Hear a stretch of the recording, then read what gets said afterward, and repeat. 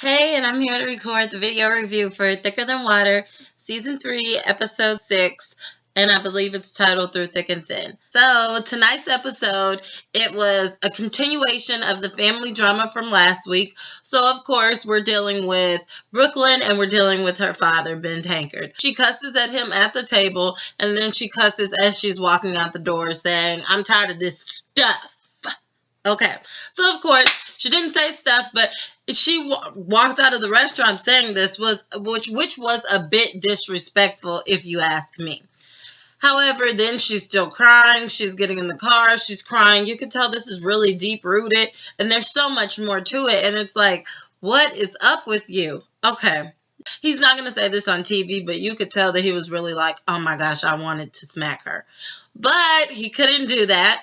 And so Jewel, I was very shocked by her response, but it made a lot of sense. She said, you know what? At the end of the day, whatever you guys, this back and forth you have going on, whatever your deep-rooted issues are, you are the parent. You are the parent. In this situation, yeah, there's two adults, but you are her parent. Like, you need to take responsibility and step up and make this right, especially being that these problems stem from you not being there to begin with. Okay, so whatever the case, we know that he's going to be calling a family meeting because he wants them to straighten this out and get on the same page. He does want a relationship with his daughter. However, she can't keep pushing him away and resisting because she's holding things in that have been like bubbling on the inside of her. I mean, as we all know, this Mother's Day just passed. Some people don't have their mothers. Some people don't have a chance to make it right. And then vice versa, Father's Day is coming up, and some people don't have their fathers. They don't have a chance to make it right. Now, if both parties are ready and willing, and it's not going to be a toxic relationship, I think that both people should at least give it a chance.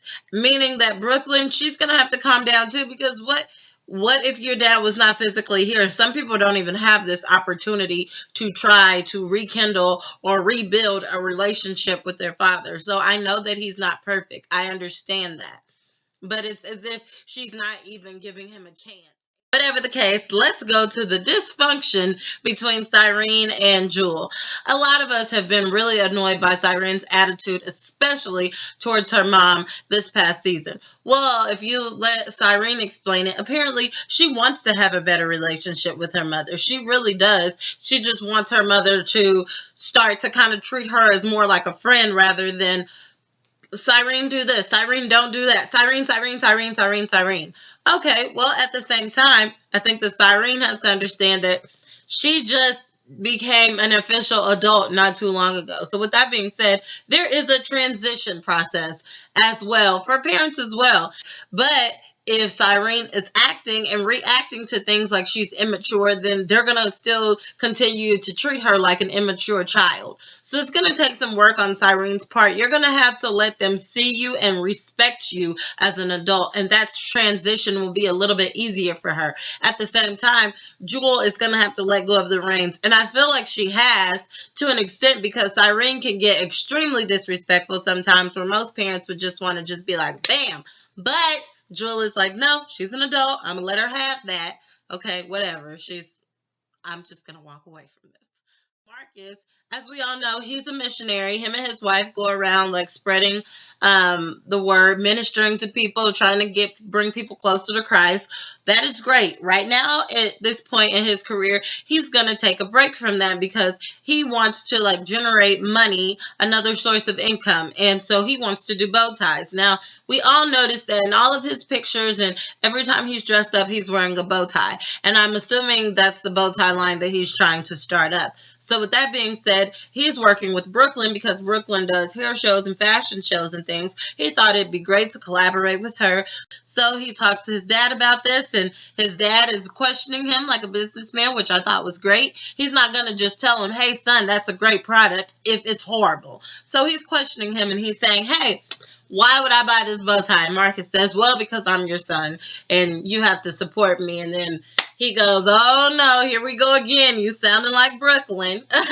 But, they finally get to talk about what transpired between those two. And Marcus was really shocked. And he even said himself, I know that Brooklyn's upset, but she's harboring so much. She's going to have to let this go at some point. Agreed. Next, if we go to Britney, shockingly enough, Britney goes over to the Tankard Palace and she sees Ben and Tish there. Well, they want to go out for ice cream. Shockingly enough, they're like, hey, you can watch Baby Micah. So you can tell that they're trying to make steps in the right direction so that their family doesn't feel like they're not welcome to watch their baby. So him and his wife, they leave. They seem as if they're having a great time. And Britney is so excited to be watching Baby Micah. But Baby Micah, he is not thrilled by this. He is whiny and fussy, but, he's a baby. So this is really good practice for Britney because she's serious about having a baby and going to treatment to try to, get some type of fertilization going so that she can be pregnant with the child. Okay, so she's really happy when they come back to get Baby Micah. He's like, ooh, go to your mama. Go to your mama. But as she doesn't know, if this treatment works and it goes through, you will not be able to send this baby back. Now, if we get to the meat of the episode, which would be the family meeting, and all the kids are there, including Cyrene, and they want to hash this out, what has occurred between Ben and Brooklyn. So Cyrene made a good point. She said, look, as disrespectful as some people may think she is, she would never cuss at her mother or her father. For one, she said, because she is scared of her mother. And, I think that's good if your kids have a little bit of fear in you because you're not going to go so far to disrespect me, no matter what age you are. So, with that being said, the other kids are sitting back like, do you hear Brooklyn? Like, Brooklyn is going a little far. But, of course, Jewel, as Ben would say, Jewel has a little hood in her. So, Jewel was not going to ever let things go too far. And at some point, Jewel starts talking, and then Brooklyn says, can you let me finish? Because you don't even know what I'm about to say. And everybody's like, So Jewel was like, okay, go ahead, finish. We're going to be respectful, but finish. And, they're going back and forth, and he says, I guess I express my emotions through like humor and I just laugh things off. And to you, it was a big deal. And for that, I'm sorry. I really want to move forward with this. And, I guess they supposedly end on good terms, but we'll see if this is permanent or if they were just trying to make the other person happy. Nevertheless, the entire household is stressed out and they're just like, hey, we need to figure something out. We need a vacation. So next week, the Tankard clan will be going on vacation. So that should be a very lighthearted, happy episode. Thank God, because we've had 2 weeks of family drama and we need a break. But with that being said, as always, feel free to like, comment, and subscribe, and check me out at mrsblogaholic.com. Bye!